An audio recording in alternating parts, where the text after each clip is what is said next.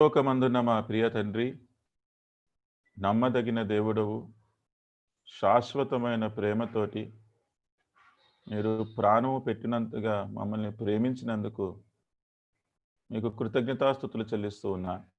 మీ పాద సన్నిధిలోనికి రక్షకుడు యేసుక్రీస్తు ప్రభువారి నామములో చేరి రాగలుగుటకు మీరిచ్చిన ధన్యతను బట్టి వందనాలు.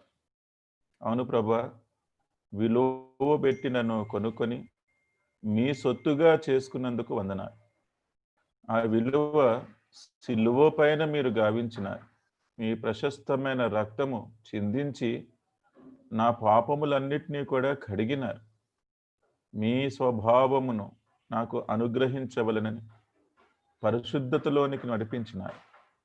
నా దోషములన్నిటినీ కూడా మీరు వహించి సహించి నా నుంచి తొలగించి నన్ను నీతిమంతునిగా తీర్చినారు.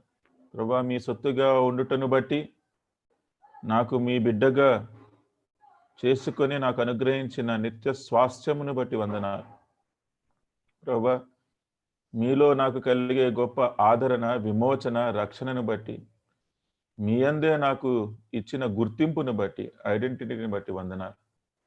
అంతేకాకుండా తండ్రి, అప్పటి నుంచి మీరే నాకు సంరక్షకుడుగా, నన్ను కాచి కాపాడేవాడుగా, నాకు విరోధముగా రూపింపబడిన ఏ ఆయుధమును ప్రభువా వర్ధిల్లనీయకుండా ఉండే దేవుడిగా ఉన్నందుకు మిమ్మల్ని ఆరాధిస్తూ ఉన్నా.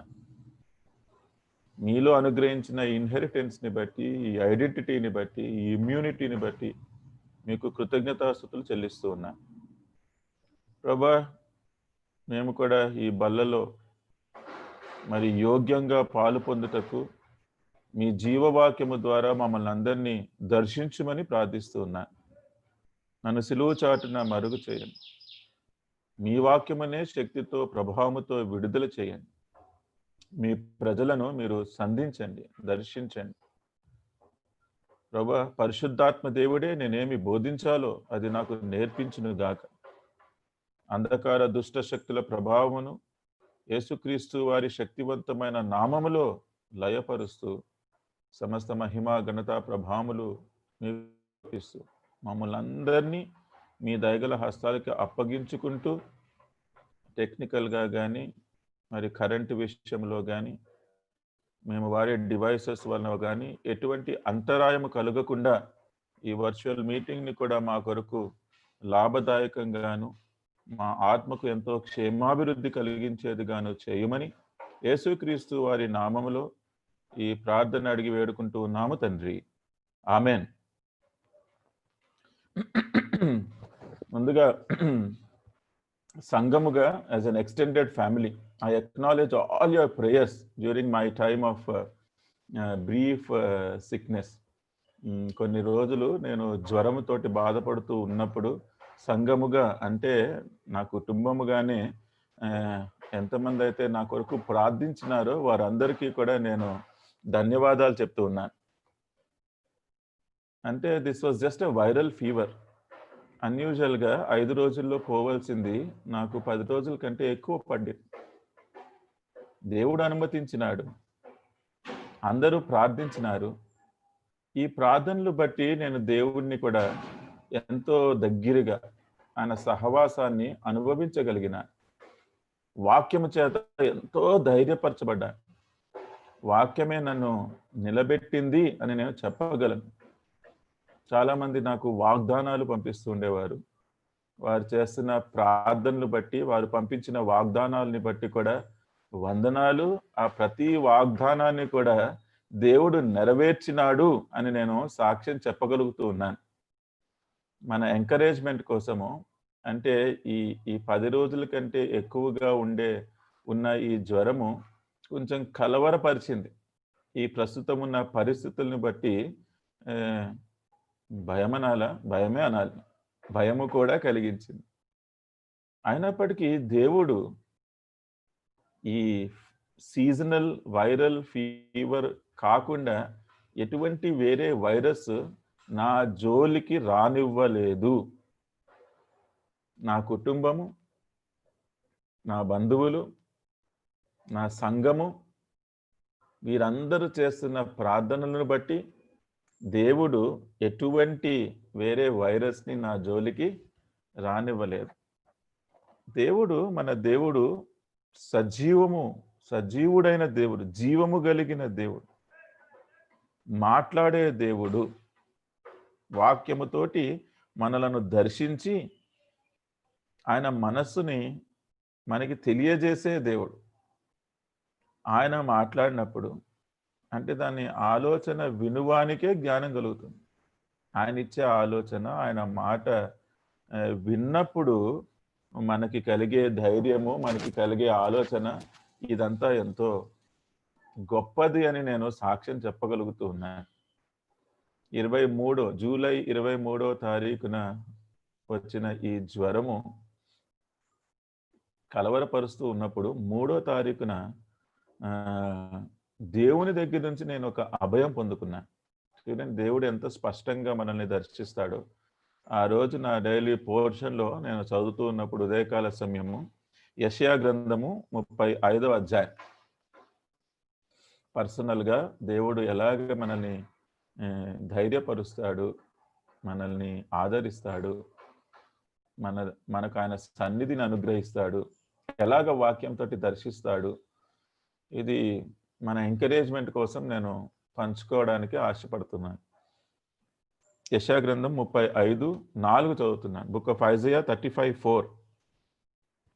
యెషయా 35:4. తత్తరిల్లు హృదయములతో ఇట్లనుడి, భయపడక ధైర్యముగా ఉండుడి. ప్రతిదండన చేయుటకై మీ దేవుడు వచ్చుచున్నాడు. ప్రతిదండనను దేవుడు చేయదగిన ప్రతీకారమును ఆయన చేయను. ఆయన వచ్చి తానే మిమ్మును రక్షించును. తత్తరిల్లు హృదయములను, మన హృదయాల్ని పరిశోధించేదే దేవుడు. ఈ బయట ఉన్న పరిస్థితులతోటి మనకి ఎప్పుడో విజయం అనుగ్రహించినాడు.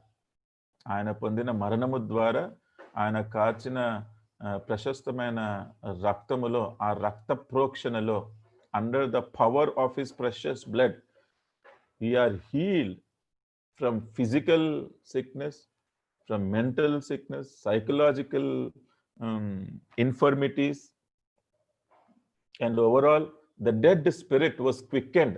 చనిపోయిన మృతమైన ఆత్మ కూడా క్రీస్తులో జీవింపబడింది, జీవము పొందింది.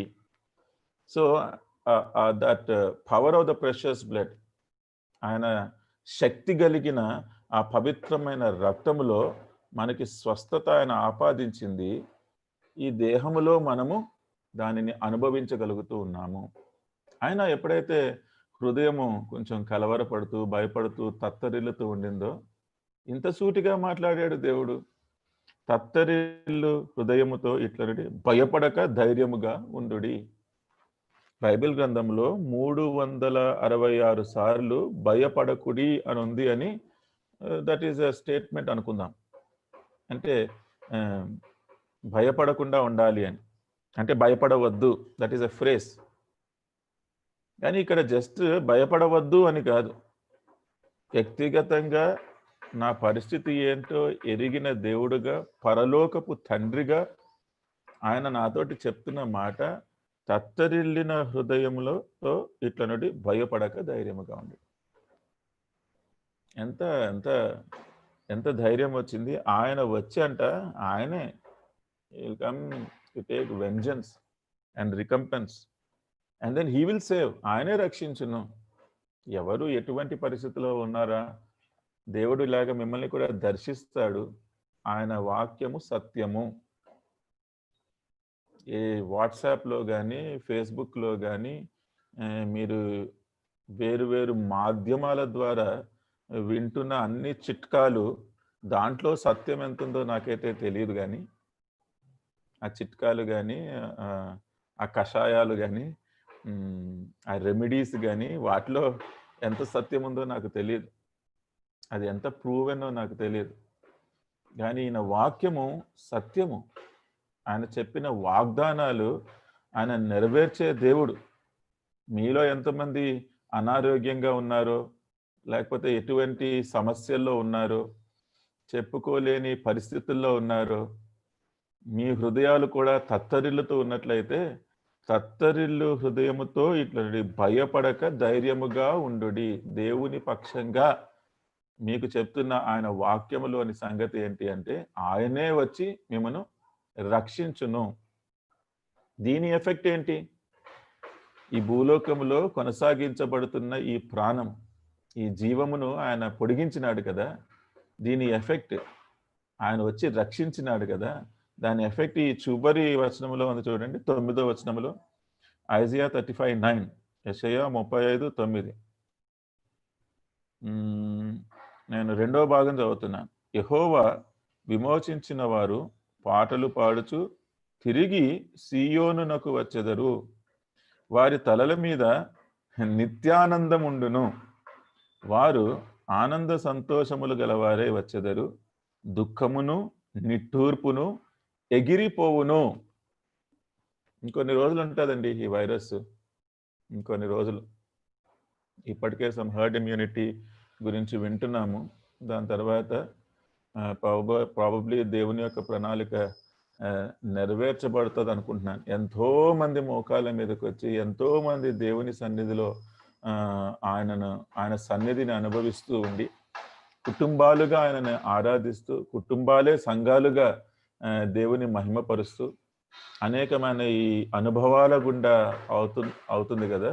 ఇవి ఇంకా కొన్ని రోజుల తర్వాత అవుతుంది. సియోన్లోకి వస్తాం మళ్ళీ. అంటే ఆయన సన్నిధిలోకి, ఆయన మందిరంలోకి వస్తాం. ఒకవేళ అది మన బిల్డింగే కాకపోవచ్చు, కానీ దిస్ ఫెలోషిప్, దేవుని యొక్క సన్నిధి ఎక్కడైతే ఉంటుందో ఆ సియోనునకు వచ్చేది. ఎలాగొస్తారు?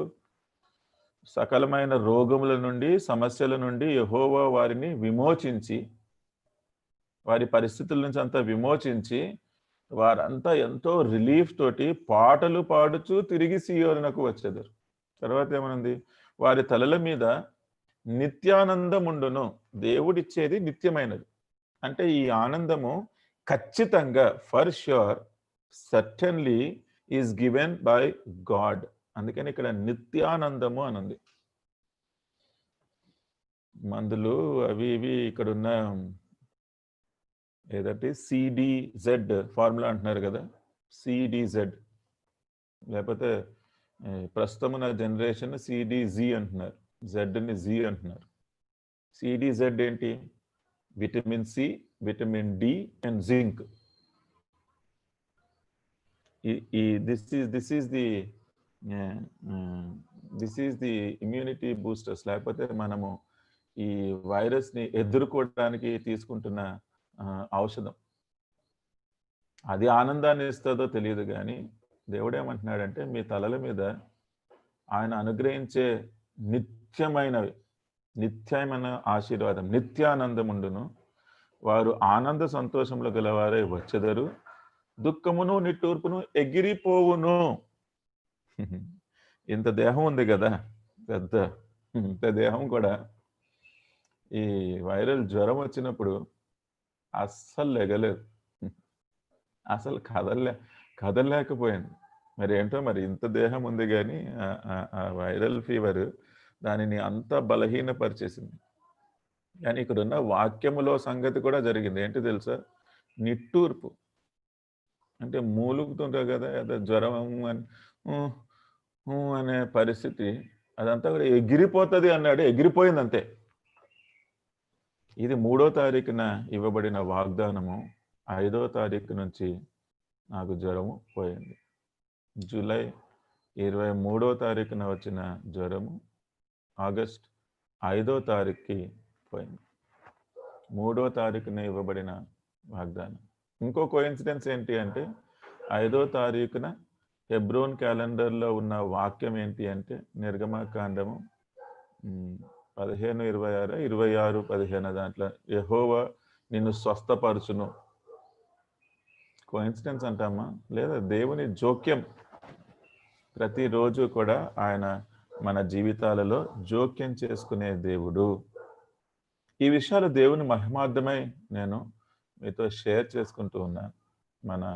మన సహవాసంలో ఉండే డాక్టర్స్ కూడా నాకు దేవుని కౌన్సిల్ ద్వారా, దేవుని యొక్క ఆలోచన ద్వారా చక్కని అడ్వైస్ ఇచ్చి వారిచ్చిన మెడికేషన్ని బట్టి కూడా వారికి కూడా నేను వందనాలు చెప్తూ ఉన్నాను. రండి, ఈ సమయంలో మీ గృహాలలో మీరు ఏర్పాటు చేసుకున్న రొట్టె, ద్రాక్షారసం, ఆ బల్ల చుట్టూ మీరు గనక కుటుంబంగా చేరి వస్తే, ఇది మన విధి. విలువబెట్టి కొనబడిన మనము దేవుని సొత్తైన వారము. దేవుడు ఏదైతే చేయమన్నాడో, వన్ ఆఫ్ ది ఆర్డినెన్సెస్, బాప్తిస్మములో సాక్ష్యం ఇవ్వడము ఒకటైతే, అది కూడా అంతరంగంగా జరిగిన రక్షణ కార్యాన్ని నేను బహిరంగంగా చెప్పడము.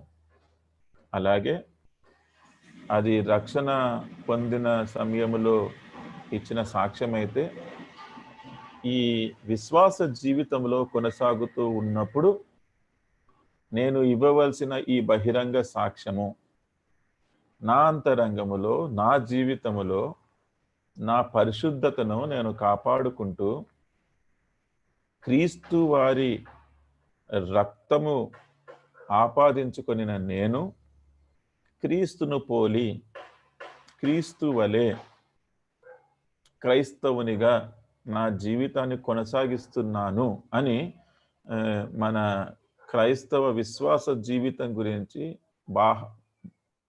బయటకు బహిరంగంగా ఇచ్చే ఈ సాక్ష్యమే ఈ బల్లలో పాలు పొందడం. మందిరంలో ఉన్నప్పుడైతే అందరి ముందు సాక్ష్యము, కానీ ప్రస్తుత దినాలలో ఇది మీ కుటుంబంలోనే మీరిచ్చే సాక్ష్యం. మందిరంలో బహుశా మీ సంగతి మాకు తెలియకపోవచ్చు, కానీ కుటుంబంలో మీ సంగతి బాగా ఒకరికి తెలిసి ఉంటారు. అందుకనే యోగ్యంగా పాలు పొందడానికి మనము సిద్ధపడవలసి ఉంది. యోగ్యంగా పాలు పొందినప్పుడు మనము ఆయన రాకడ కొరకు అపేక్షించే ప్రజలముగా, ఎదురు చూచే ప్రజలముగా ఉంటున్నాము. యోగ్యంగా పాలు పొందకపోతే ఆ నిత్య నాశనమే కాదు, నిత్యమైన నరకమే కాదు, ఈ భూలోకములో జీవిస్తున్న జీవితంలో కూడా ఎంతో నష్టము, రోగము, ఇటువంటివి తెచ్చుకొని మనము మనల్ని మనమే పాడు చేసుకునే వారంగా అవుతున్నాము. కాబట్టి వాక్యపు వెలుగులో మనము పాలు పొందడానికి మనల్ని మనము సిద్ధపరచుకోవాల్సిన అవసరత ఉంది. బల్లలో పాలు పొందడము అది ఆర్డినెన్సెస్లో ఒకటి. అంటే నియమం ఏదైతే ఉందో, ఒక క్రైస్తవునిగా, ఒక విశ్వాసిగా నేను ప్రభువు వచ్చేంత వరకు కూడా నేను ఇది జరిగిస్తూ ఉండాలి. ఆ మాటలు మనం ప్రతి ఆదివారము వింటూ ఉంటాము, కానీ మనం ఒకసారి చదువుకొని ఆ పరిశీలనలో మన మనసులను సిద్ధపరచుకోవడం కూడా మంచిదే. ఆయన రాకడ వరకు ఆయన మరణమును ప్రచురిస్తూ, ఆ మరణము యందు నేను విశ్వసిస్తూ ఉన్నాను, నా కొరకే మరణించినాడు, నా కొరకే రక్తము కార్చినాడు, నన్ను విమోచించినాడు, నా కొరకు క్రయము చెల్లించినాడు అని నేను సాక్ష్యము పలుకుతూ ఆయన రాకడను అపేక్షిస్తూ, ఆ మాటలు ఒకసారి చదువుదాం. కొరింథీయులకు రాసిన మొదటి పత్రిక 11వ అధ్యాయం. కొరింథీయులకు రాసిన మొదటి పత్రిక 11వ అధ్యాయం 23. అంత తెలిసిన భాగమే అనుకుంటాము. ఎవరికి వారము వారి హృదయాల మీద, గుండె మీద చెయ్యి పెట్టుకొని ఈ వాక్యాలను చదువుతున్నప్పుడు వారి స్వంత జీవితాలను పరీక్షించుకుంటే అది మేలు కలిగిస్తుంది. ఆచారంగా, అలవాటుగా లైట్ తీసుకుంటే దేవుడు కూడా మనల్ని లైట్ తీసుకోవాల్సి వస్తుంది. చూడండి 23. నేను మీకు అప్పగించిన దానిని ప్రభువు వలన పొందితిని. ప్రభువైన యేసు తాను అప్పగింపబడిన రాత్రి ఒక రొట్టెను ఎత్తుకొని కృతజ్ఞతాస్తుతులు చెల్లించి దానిని విరిచి, ఇది మీ కొరకైన నా శరీరము, నన్ను జ్ఞాపకము చేసుకుంటకై దీనిని చేయుడని చెప్పాను. ఆ ప్రకారమే భోజనమైన పిమ్మట ఆయన పాత్రను ఎత్తుకొని, ఈ పాత్ర నా రక్తము వలననైన క్రొత్త నిబంధన, మీరు దీనిలోనిది త్రాగునప్పుడెల్లా నన్ను జ్ఞాపకము చేసుకున్నటకై దీనిని చేయుడని చెప్పాను. మీరు ఈ రొట్టెను తిని ఈ పాత్రలోనిది త్రాగునప్పుడెల్లా ప్రభువు వచ్చు వరకు ఆయన మరణమును ప్రచురించుదురు, ప్రకటించుదురు కాదు, ప్రచురించుదురు. అంటే మీ జీవితంలో సాక్ష్యము ఇచ్చెదరు. నోటితోటి ప్రకటించడం వేరు, ప్రచురించడం అంటే మీ జీవితంలోనే యేసుక్రీస్తు ఏదైతే చేసినాడో, ఆయన శరీరంను ఎందుకు నలగొట్టుకున్నాడో, ఆయన రక్తాన్ని ఎందుకు చిందించినాడో, ప్రభువు వచ్చు వరకు ఆ మరణాన్ని మనము మన జీవితాలలో కనుపర్చే వాళ్ళముగా ఉంటాము, ప్రచురించడము. కాబట్టి ఎవడు అయోగ్యముగా ప్రభు యొక్క రొట్టెను తినునో లేక ఆయన పాత్రలోనేది త్రాగునో వాడు ప్రభు యొక్క శరీరమును గూర్చియు రక్తమును గూర్చియు అపరాధి అగును.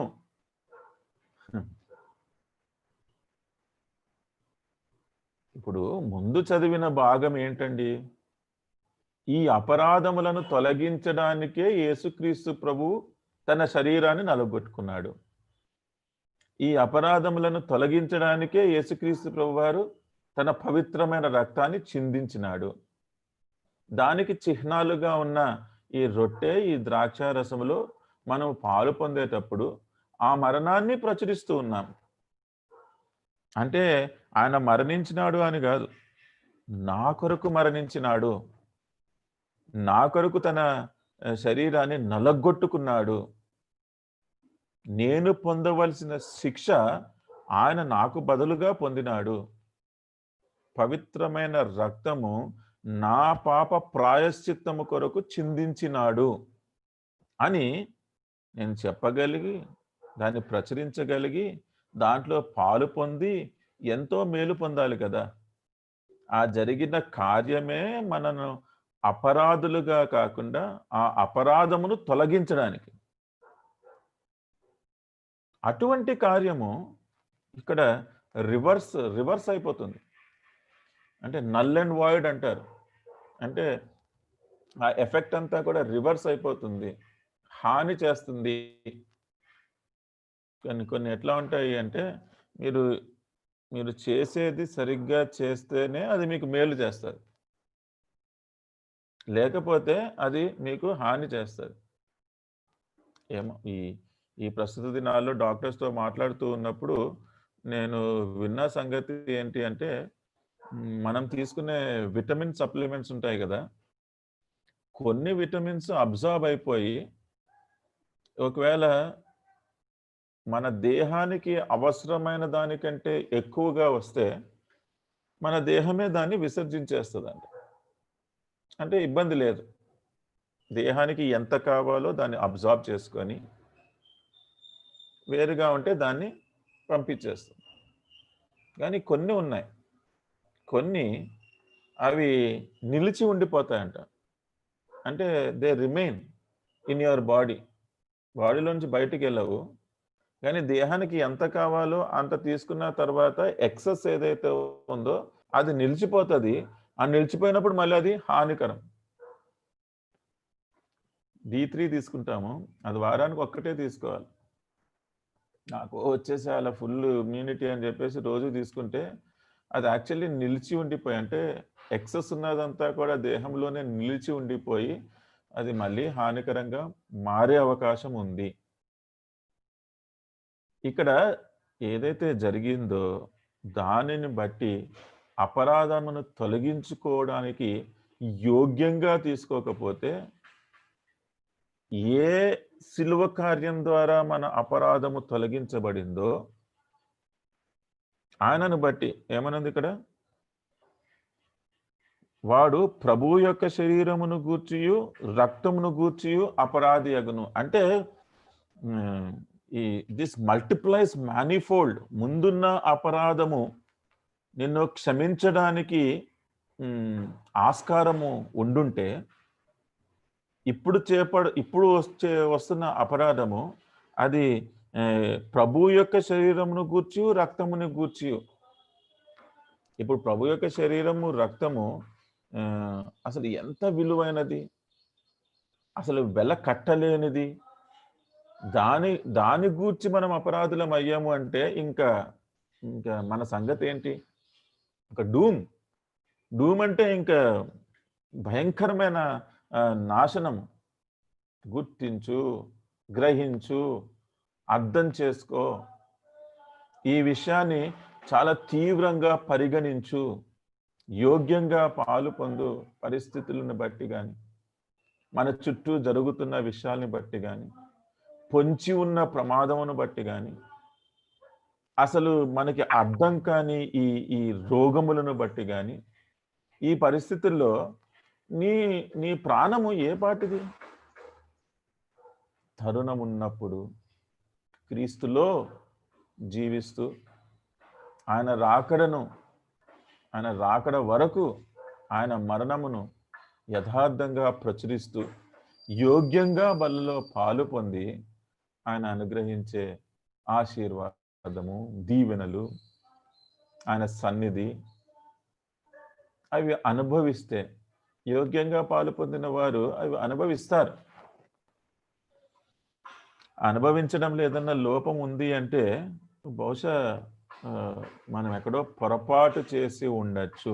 అయినా దేవుడు తన ప్రేమను బట్టి, తన కృపను బట్టి మనకి తరుణం ఇస్తున్నాడు.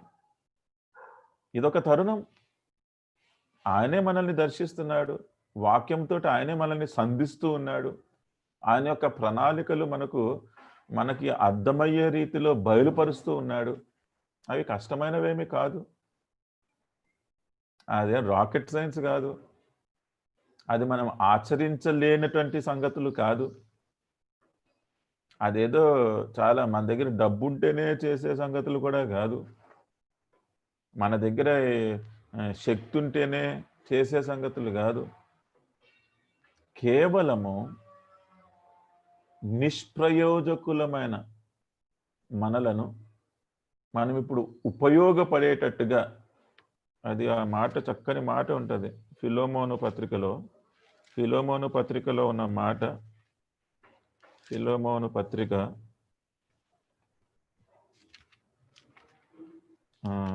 నిష్ప్రయోజకులమైన మనల్ని ఎట్లాగా అంటే మన జీవితంలో మనం దాన్ని గ్రహించగలమో అన్నది చెప్తున్నాను.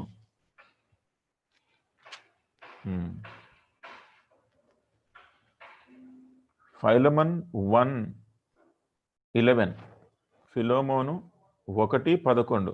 అతడు మునుపు నీకు నిష్ప్రయోజనమైన వాడే గాని ఇప్పుడు నీకును నాకును ప్రయోజనకరమైన వాడాయను. నీకును నాకును ప్రయోజనకరమైన ప్రాఫిటబుల్. దేవుని కొరకు మనం కూడా ప్రాఫిటబుల్గా ఉండాలి, ప్రయోజనకరముగా, నిష్ప్రయోజకులము కాకుండా. పరీక్షించుకోవడానికి చాలా విషయాలు ఉంటాయి. వ్యక్తిగతమైన సంగతులు ఉంటాయి, రహస్యమైన సంగతులు ఉంటాయి. మీ ఆలోచన కాకుండా దేవుని యొక్క వాక్యపు వెలుగులో, అంటే దట్ ఈస్ ద స్టాండర్డ్, అదే కొలమానంగా పెట్టుకొని పరీక్షించుకోవాల్సిన తరుణము. వాక్యం అంతా ఉన్న కొద్ది సమయంలో చూసుకోలేము కానీ ఎవరి పరిస్థితిని బట్టి దేవుడు ఆ వాక్యాన్ని అనుగ్రహిస్తూ ఉంటాడు. పరీక్షించుకోవాల్సిన వాటిల్లో ఈరోజు మనము గ్రహించవలసింది ఏంటి అంటే, ఈ కరోనా, ఈ కోవిడ్ పుణ్యమా అని ఊరికే శానిటైజేషన్ అని వింటూ ఉన్నా. శానిటైజ్ అని. ఆత్మీయ జీవితానికి ఇప్పుడు చెప్పేది ఏంటి అంటే శాంక్టిఫికేషన్, శాంక్టిఫై అని. శానిటైజేషన్ ఏంటి? కడుక్కోవడం, శుద్ధి చేసుకోవడం. శాంక్టిఫికేషన్ ఏంటి? పరిశుద్ధపరచబడడం, పరిశుద్ధంగా మన జీవితాలను కొనసాగించడం, పరిశుద్ధత మెయింటైన్ చేయడం.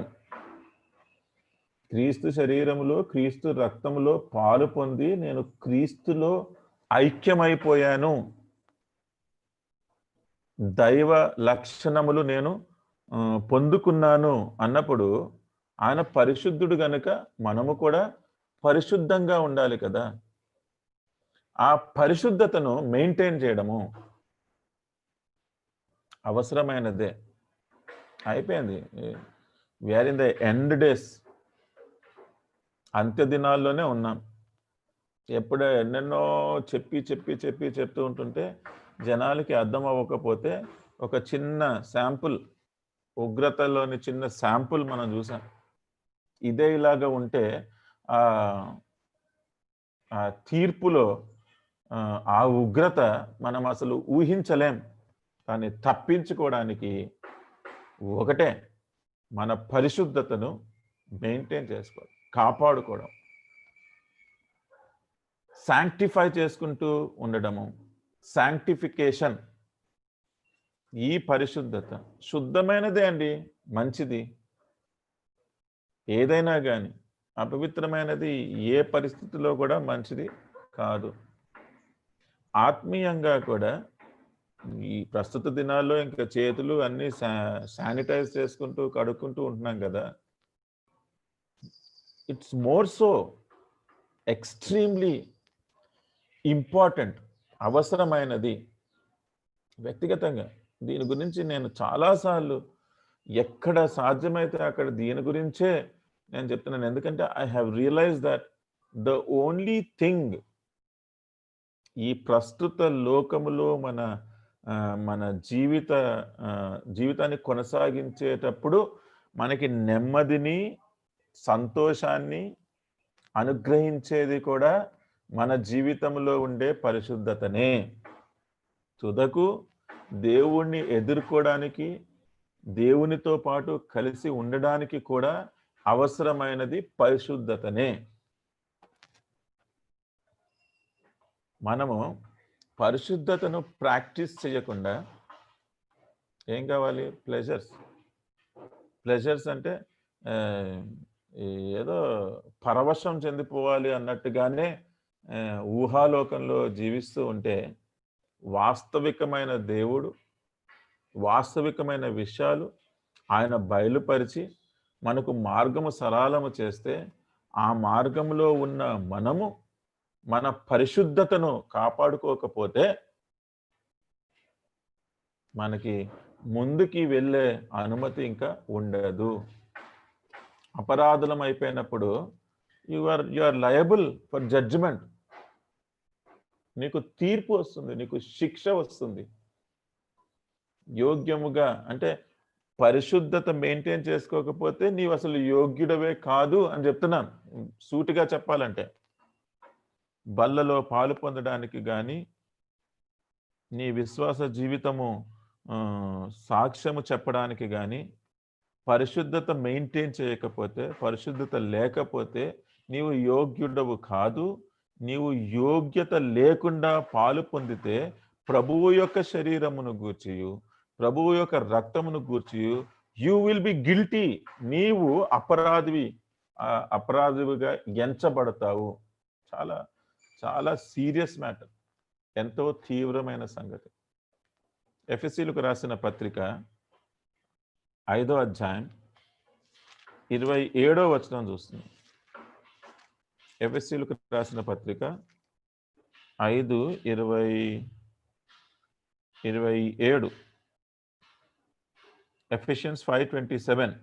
ఎఫెసీ 5:27. అటువలే క్రీస్తు కూడా సంఘమును ప్రేమించి అది కలంకమైనను ముడతయైనను అట్టిది మరి ఏదైనను లేక పరిశుద్ధమైనది గాను నిర్దోషమైనది గాను మహిమగల సంఘము గాను ఆయన తన ఎదుట దానిని నిలవబెట్టుకొనవలనని వాక్యముతో ఉదక స్నానము చేత దానిని పవిత్రపరిచి పరిశుద్ధపరచుటకై దాని కొరకు తన్ను తాను అప్పగించుకొనెను.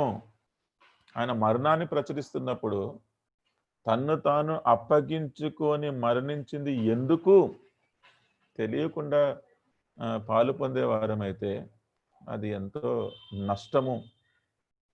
ఇక్కడ ఏమని చెప్పబడుతూ ఉంది?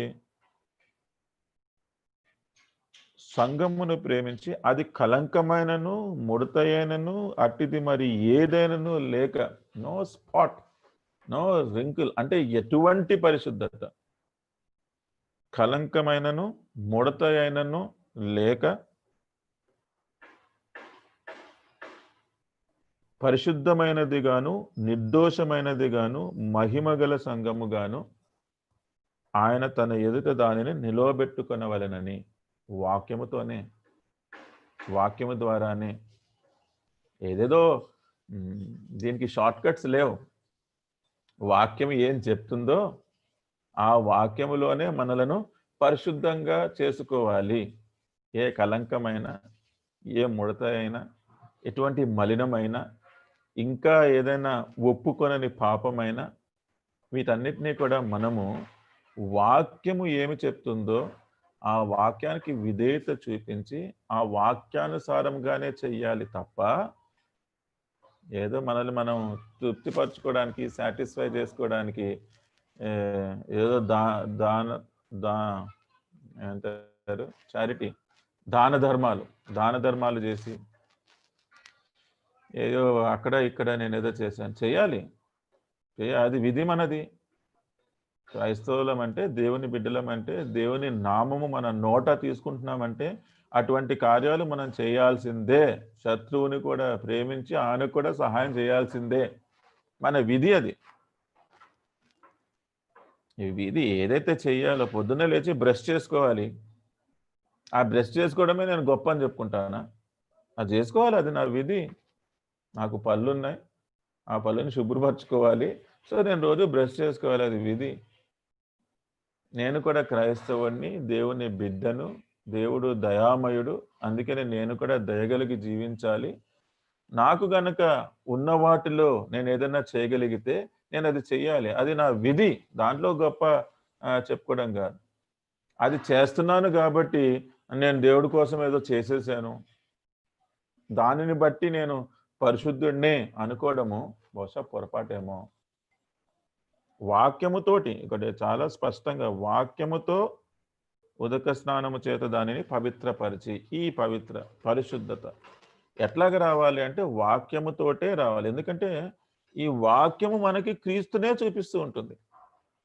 ఈ వాక్యం ఎల్లప్పుడూ మనకి యేసుక్రీస్తు ప్రభువారు, మీరు పాత నిబంధనలో కూడా యేసుక్రీస్తు ప్రభువారే, ఆయన ఛాయ.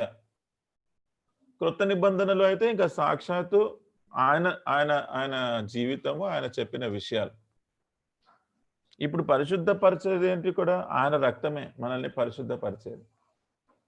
ఎలాగ పరిశుద్ధపరుస్తుంది? అదేంటి ఆయన రక్తం ఎలా పరిశుద్ధపరుస్తుంది అంటే వాక్యమే. ఈ వాక్యంలో మరి ఆయన రక్తము, ఆయన జీవితము, ఆయన శరీరము, ఆయన చిత్తము ఏం చేస్తుంది అనేది వాక్యం మనకి బయలుపరుస్తూ ఉంటుంది. ఎంత ధ్యానిస్తూ ఉన్నామో, వాక్యానుసారంగా జీవితాన్ని మనము ఎలాగ కొనసాగించగలుగుతున్నామో అప్పుడు మన పరిశుద్ధత కూడా ఆ స్టాండర్డ్లోకి వెళ్తాయి. వాక్యం యొక్క స్టాండర్డ్లో కనుక మన పరిశుద్ధత మెయింటైన్ చేస్తే you are a winner already. మీరు విజయవంతులు. మీరు ఏది చేపట్టినా కానీ దాంట్లో దేవుని ఆశీర్వాదం ఉంటుంది. లేకపోతే మీరు కూడా అపరాధులుగానే మళ్ళీ తీర్పు తీర్చబడతారు. యేసుక్రీస్తు ప్రభువు వారి రక్తమే మనల్ని శుద్ధులుగా చేస్తుంది. హెబ్రీయులకు రాసిన పత్రిక 12వ అధ్యాయము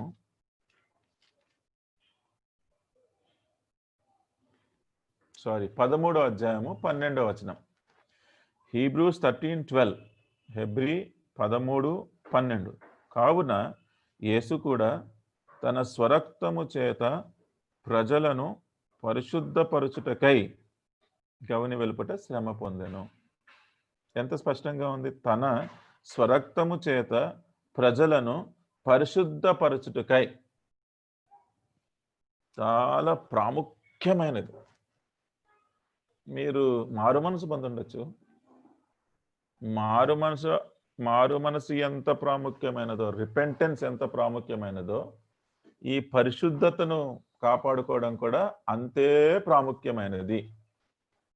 ఇదే మీరు హెబ్రీ చూస్తున్నారు కదా, హెబ్రీలో 2 పేజీలు ముందుకెళ్ళండి, 6వ అధ్యాయం. ద బేసిక్ థింగ్, మొదటి వచనం, కాబట్టి నిర్జీవ క్రియలను విడిచి మారు మనస్సు పొందుటయు. ఇదంటే పునాది, this is the foundation, the fundamental, ప్రాథమికమైన విషయము ఏంటి అంటే ఈ రిపెంటెన్స్, ఈ మారు మనస్సు. ఈ మారు మనస్సు ఎంత ప్రాముఖ్యమైనదో విశ్వాసికి పరిశుద్ధత కాపాడుకోవడము కూడా అంతే ప్రాముఖ్యమైనది. క్వశ్చన్ ఏంటి అంటే, మీలో అందరికీ ఈ మారు మనస్సు ఉందా? Did you repent of your sin? మీ పాపములను బట్టి మీరు పశ్చాత్తాపపడి దేవుని దగ్గర ఒప్పుకొని ఈ మనసు మార్చుకున్నారా? లేకపోతే మనసు ఇంకా ఈ లోకంలోనే పాడుతుంది, లోకంలోనే తిరుగుతుంది, లోకంలోనే గంతులు వేస్తుంది, లోకంలో ఉన్నప్పుడు ఏమవుతుంది? లోకములో ఉన్న కల్మషమైన మలినమైన ఆలోచనలతోటే మన జీవితం ఉంటుంది. లోకములే ఉంటే మన చూపులు కూడా మనోనేత్రములు కాదు, మన ఈ భౌతికమైన నేత్రాలు భయంకరమైన విషయాలు చూడడానికే ఆశపడుతూ ఉంటాయి. లోకంలో ఉన్నప్పుడు ఈ నోరు దేవుణ్ణి స్తుతించాల్సిన నోరు, దేవునిని ఆరాధించవలసిన నోరు, దేవుని యొక్క మరణమును ప్రచురించాల్సిన ఈ నోరు, దేవునిని మహిమపరచవలసిన నోరు, అంటే దయగల మాటలు పలకవలసిన ఈ నోరు ఈ లోకములో ఉంటే బూతు మాటలు పలుకుతుంది, అనవసరమైన మాటలు పలుకుతుంది, ఇతరులను నొప్పించి గాయపరిచి బాధపరిచే మాటలను పలుకుతూ ఉంది. ఈ లోకంలో ఉంటే ఎక్కడికి వెళ్తున్నాం? చేతి నిండా డబ్బు తీసుకెళ్ళినా కానీ అది చిల్లు పెట్టిన సంచిలో వేసినట్టే వృధా అయిపోయి నష్టమే. ఈ లోకంలో వెళ్ళాలి అంటే నాశనానికి, అంధకారానికి, నరకానికి, కొలిమిలోనికి వెళ్ళిపోయి అక్కడ నశించిపోయే పరిస్థితి.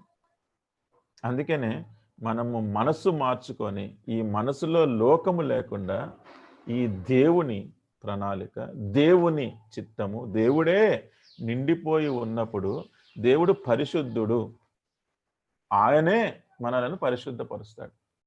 ఆ దేవుడు ఉన్నప్పుడు ఆ మనసు మారి ఆ మనసులో దేవునిని మనము అనుభవించినప్పుడు, ఎందుకంటే పరిశుద్ధత మెయింటైన్ చేయడము మన వల్ల అయ్యే పని కాదు. మరి ఏం చేయాలి? ఆ దేవుణ్ణి మన మనసులో ఉంచినప్పుడు మనసు మార్చుకొని దైవికమైన మనస్సు, దేవునితోటి సంబంధము కలిగిన మనస్సు, దేవుని వాక్యమును ప్రేమించే మనసు అది కలిగి ఉన్నప్పుడు ఏం జరుగుతుంది? వాక్యంలోనే ఏమనుంది మాట? తెస్సలోనికైయులకు రాసిన మొదటి పత్రిక 5వ అధ్యాయము 23వ వచనం. First episode to Thessalonians 5:23. తెస్సలోనికైయులకు రాసిన మొదటి పత్రిక 5:23. సమాధానకర్తయగు దేవుడే మిమ్మును సంపూర్ణముగా పరిశుద్ధపరచును గాక. మన వల్ల అయ్యే పని కాదు, కానీ సమాధానకర్తయగు దేవుడే చక్కగా సమాధానంగా ఆయన ప్రెషర్ చేసి మనల్ని ఒత్తిడికి గురి చేసి మనల్ని మన మీద ఫోర్స్ చేసేది కాదు. సమాధానకర్తయగు దేవుడు. నీవు ఏకీభవిస్తే, నీవు ఒప్పుకుంటే, నీవు ఆహ్వానిస్తే, నీవు అంగీకరిస్తే, నీవు స్వీకరిస్తే అప్పుడు సమాధానకర్తయగు దేవుడే మిమ్మును సంపూర్ణముగా పరిశుద్ధపరచును గాక. బెనిఫిట్ ఆఫ్ ది సాంక్టిఫికేషన్ అంటే ఏంటి ఇక్కడ? ఎలాగ సంపూర్ణంగా అంటే మీ ఆత్మయు జీవమును శరీరమును మన ప్రభువైన యేసుక్రీస్తు రాకడయందు నిందారహితముగాను సంపూర్ణముగాను ఉండునట్లు కాపాడును గాక. కాపుదల దేనికి? మన ఆత్మకు, ప్రాణమునకు, శరీరమునకు. శరీరమునకు శానిటైజర్ తోటి కడుగుతున్నాం, సబ్బుతోటి కడుగుతున్నాం. ప్రాణమునకు, లేకపోతే ఇక్కడ ఏమనుంది, జీవము అనుంది. ఈ ప్రాణమునకు, జీవమునకు చాలామంది ఏవో ఏం చేస్తున్నారంటే సమ్ మెడిటేషన్ చేస్తున్నారు, సమ్ అవేర్నెస్ ప్రోగ్రామ్స్ అటెండ్ అవుతున్నారు, ఏంటంటే ఫర్ సమ్ మెంటల్ రిలీఫ్. మరి ఆత్మకు, ఈ ఆత్మకు పరిశుద్ధత కావాలి, దానికి వాక్యము కావాలి. దేవుని వాక్యాన్ని మనము అంగీకరించి విధేయత చూపించినప్పుడు సమాధానకర్త యొక్క దేవుడే మిమ్మలను సంపూర్ణముగా. ఇప్పుడు ఈ పరిశుద్ధత ఎంత ప్రాముఖ్యమైనదంటే, ఈ రిపెంటెన్స్ ఎంత ప్రాముఖ్యమైనదో, మారు మనసు ఎంత ప్రాముఖ్యమైనదో అంత ప్రాముఖ్యమైనది. అంతేకాకుండా మనకి ఫెయిత్ ఇన్ గాడ్, దేవుని యందు విశ్వాసము ఎంత ప్రాముఖ్యమైనదో పరిశుద్ధతను కాపాడుకోవడము కూడా అంతే ప్రాముఖ్యం. విశ్వాసము లేకుండా నథింగ్, ఇంకేమీ లేదు. ఈ బల్ల లేదు, రొట్టి లేదు, ద్రాక్షారసము లేదు, దానిలో పాలు పొందేది లేదు. ఇదంతా విశ్వాసమును బట్టి. విశ్వాసముతోటి నేను ఆ దేవుని యొక్క సంబంధాన్ని నేను రెస్టోర్ చేసుకుంటున్నాను, సమకూర్చుకుంటూ ఉన్నాను. అందుకని ఇట్ ఈస్ ఇంపార్టెంట్. మన విశ్వాసము, ఆ విశ్వాసపు స్టాండర్డ్, ఆ విశ్వాసంలో మన స్టాండింగ్, విశ్వాసంలో మన ఏమంటారు దాన్ని, కన్ఫర్మేషన్, నిశ్చయత, ఇది కూడా చాలా ఇంపార్టెంట్ అని అంటున్నాడు అపోస్తలుడైన పౌలు. కొరింథీయులకు రాసిన 2వ పత్రిక 12వ అధ్యాయం. కొరింథీయులకు రాసిన 2వ పత్రిక 12వ అధ్యాయం 5వ వచనం. Second episode to Corinthians 12:5, 13:5. Second episode to Corinthians 13:5. కొరింథీయులకు రాసిన 2వ పత్రిక 13:5. మీరు విశ్వాసము గలవారై ఉన్నారో లేదో మిమ్మును మీరే శోధించుకొని చూచుకొనుడి, మిమ్మును మీరే పరీక్షించుకొనుడి.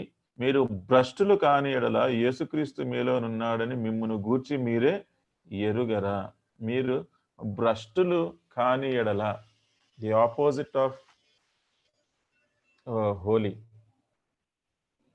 The opposite of sanctified. అంటే భ్రష్టులు, పవిత్రులు కాని ఎడల, పరిశుద్ధులు కాని ఎడల. అప్పుడు ఏంటి? కానీ ఇలా యేసుక్రీస్తు మీలో మిమ్మల్ని గూర్చి మీరే ఎరుగరా. మీ విశ్వాసము కూడా ప్రాముఖ్యమే. ఇదంతా it is interlinked with maintaining our sanctity, sanctification. పరిశుద్ధతను మనం మెయింటైన్ చేసే విషయంలో ఇది ఎంతో అవసరమైనది. Only sanctification makes us ready for his coming. ఈ పరిశుద్ధత మాత్రమే దేవుని రాకడ కొరకు మనల్ని సిద్ధపరిచేదిగా ఉంటుంది. యోహాను రాసిన మొదటి పత్రిక 3వ అధ్యాయం, జాన్స్ ఫస్ట్ ఎపిసోడ్ చాప్టర్ 3. యోహాను రాసిన మొదటి పత్రిక 3వ అధ్యాయం, ఇక్కడ 2-3 వచనాలు. 1 John 3:2-3. మొదటి యోహాను 3:2-3. ప్రియులారా, ఇప్పుడు మనము దేవుని పిల్లలమై ఉన్నాము, మనం ఇక ఏమవుదుమో ఇది ఇంకా ప్రత్యక్షపరచబడలేదు గాని ఆయన ప్రత్యక్షమైనప్పుడు ఆయన ఉన్నట్లుగానే ఆయనను చూతుము గనుక ఆయనను పోలి ఉందమని ఎరుగుదుము. ఆయన యందు ఈ నిరీక్షణ పెట్టుకొని ప్రతి వాడును ఆయన పవిత్రుడై ఉన్నట్లుగా తన్ను పవిత్రునిగా చేసుకొనును. ఆయన పవిత్రుడై ఉన్నట్టుగా తన్ను పవిత్రునిగా చేసుకొనును. ద ప్రాసెస్ కూడా ఉంది. చేసుకుంటూ ఉంటున్నాం. ఈ బల్ల దగ్గర ఇది పరీక్షించుకుంటూ ఉంటున్నాం. ఈ పరిశుద్ధతను మనము కాపాడుకోవాల్సిన బాధ్యతను చేపడుతూ ఉన్నాం. This is a spiritual responsibility. ఆత్మీయమైన బాధ్యతను నిర్వహిస్తున్నానా లేదా అని దేవునికి లెక్క అప్పచెప్పుతూ ఉన్నాం. లెక్క అప్పచెప్తే యోగ్యంగా, సంతోషంగా ఆ రొట్టెలో, ఆ ద్రాక్షారసంలో ఏవైతే దేవుని శరీరానికి, దేవుని రక్తానికి సాదృశ్యంగా ఉన్నాయో దాంట్లో పాలు పొందాలి. ఏంటి ఈ పరిశుద్ధతలో ఉండే ఎఫెక్ట్ ఏంటి? ఈ పరిశుద్ధతతోటి వచ్చే పర్యవసానం ఏంటి? పాపమునకు వచ్చే పర్యవసానము మరణం ఉంది, దుఃఖం ఉంది, నిట్టూర్పు ఉంది, రోగము ఉంది, శ్రమ ఉంది, వేదన ఉంది. కానీ ఆ పరిశుద్ధతకి వచ్చే పర్యవసానం అంటే ఈ మనలో ఈ పరిశుద్ధతను మెయింటైన్ చేసేటప్పుడు ఒక మార్పు మానసికంగా హృదయములోని ఒక మార్పు, భావోద్రేకం కాదు సుమా, it is not emotional. The being itself will transform. ఈ మనిషి యొక్క ప్రాణములో ఉన్న ఈ సహజమైన స్వభావములో మార్పు, సహజంగా ఉండే పాపము తొలగిపోయి ఆ పాపముకి ఉన్న బై ప్రోడక్ట్స్ అంతా కూడా ప్రక్కకి వెళ్ళి ఈ పరిశుద్ధతకి వచ్చే ఫలాలు, పరిశుద్ధతతోటి వచ్చే ఫలాలు ఏంటవి? సాత్వికం ఒకటి, మీక్నెస్ వస్తుంది. ఇది ఎప్పుడు వస్తుంది? పరిశుద్ధతను కాపాడుకున్నప్పుడు వస్తుంది. దాని తర్వాత జెంటిల్నెస్ వస్తుంది. జెంటిల్నెస్ అంటే బీయింగ్ జెంటిల్. బీయింగ్ జెంటిల్ అంటే ప్రతిదానికి చిరాకు పడిపోయి, విసుగుపోయి, కసురుకుంటూ, దేనికి జవాబు చెప్పాలన్నా అరిచి, నిదానంగా, సున్నితంగా, చక్కగా, జెంటిల్గా మాట్లాడకుండా ఇష్టం వచ్చినట్టు చిరాకు పడిపోయి అరిచేది, అది మారుతుంది. దేనిని బట్టి? పరిశుద్ధతను బట్టి. పరిశుద్ధత ఎలాగా అంటే వాక్యముతోటి మనం పరిశుద్ధపరచుకోవాలి. ఏం చేయాలి? వాక్యంలో ఉన్న క్రీస్తును వెంబడించాలి. క్రీస్తు ఏమి చేయమంటున్నాడో అది చెయ్యాలి. సాత్విక meekness. Meekness is not weakness. క్రైస్తవుడుగా ఈ పరిశుద్ధత తీసుకొచ్చే ఎఫెక్ట్లో వచ్చే ఈ సాత్వికము ఈజ్ నాట్ వీక్నెస్. నీతిమంతుడు సింహము వలె ధైర్యముగా ఉండును. You may be meek, you are soft, you are soft spoken, you speak only gracious words, but ఎదుటివారు ఆ రెస్పెక్ట్ కానీ ఆ భయము కానీ అది వేర్. That happens because of the sanctified nature in you. పరిశుద్ధతను బట్టి ఈ సాత్వికము ద్వారా ఈ లోకములో కూడా మనకు ఘనత, ప్రజల నుండి గౌరవం, కైండ్నెస్, దయ. అప్పటి వరకు కఠినంగా ఉంటాము, అప్పటి వరకు పట్టించుకోము, తీసి పడేస్తాము, చాలా చిన్న చూపు చూస్తాము. కానీ ఈ చేంజ్ బికాజ్ ఆఫ్ సాంక్టిఫికేషన్ మనల్ని ఎంతో దయగల వారిగా చేస్తూ ఉంటుంది. He keeps himself safe and pure from all manner of sin. ఈ పరిశుద్ధత గురించి గమనము కలిగిన వ్యక్తి అన్ని విధాలైన పాపం, చిన్నది కూడా చేయడానికి, చిన్న పాపం నుంచి కూడా దూరంగానే ఉంటాడు, జాగ్రత్తగానే ఉంటాడు. లేకపోతే కొన్నిసార్లు కాంప్రమైజ్ అయిపోయే ప్రమాదం ఉంటుంది. అందుకనే ఈ పరిశుద్ధత మనలను ఎటువంటి పాపం నుంచి, చిన్నదే కానీ పెద్దదే కానీ, దాని నుండి మనలను దూరంగా ఉంచుతుంది. A calm settles over him. The inner battles are over. ఇవి నా నోట్స్లో కొన్ని నేను రాసుకున్నవి మీకు మెన్షన్ చేస్తున్నాను. ఈ పరిశుద్ధత నాకు ఏం చేసిందంటే ఏ కామ్ సెటిల్స్, నిమ్మలం, నెమ్మది, సమాధానం, ప్రశాంతత, ఇవన్నీ కూడా మన ప్రాణంలో అవి స్థిరపడతాయి, సెటిల్ అవుతాయి. తద్వారా the inner battles are over. లోపల ఉండే కలవరము, ఉండే ఎన్నెన్నో పోరాటాలు, దాన్ని ఎలా జయించాలి, వాడు ఎందుకు ఇలా అనుకుంటున్నాడు, అక్కడేం చేయాలి, అయ్యో నేను ఎందుకు చేయలేకపోతున్నాను, నేనెందుకు ఓడిపోతున్నాను, నా వల్ల ఎందుకు అవ్వదు, ఇటువంటి పోరాటాలు అన్నీ ఇంకా ముగిసిపోతాయి. దేవుని యొక్క ప్రణాళిక ఏంటో ఎంతో స్పష్టంగా మనకు బయలుపరచబడుతుంది. దేవునిని మహిమపరుస్తూ ఆయన రాకడను అపేక్షిస్తూ రెడీగా ఉన్నాము అని ముందుకి కొనసాగిపోతూ ఉంటాం. దేవుడు ఈ వాక్యాన్ని మనందరి కొరకు దీవించునుగాక.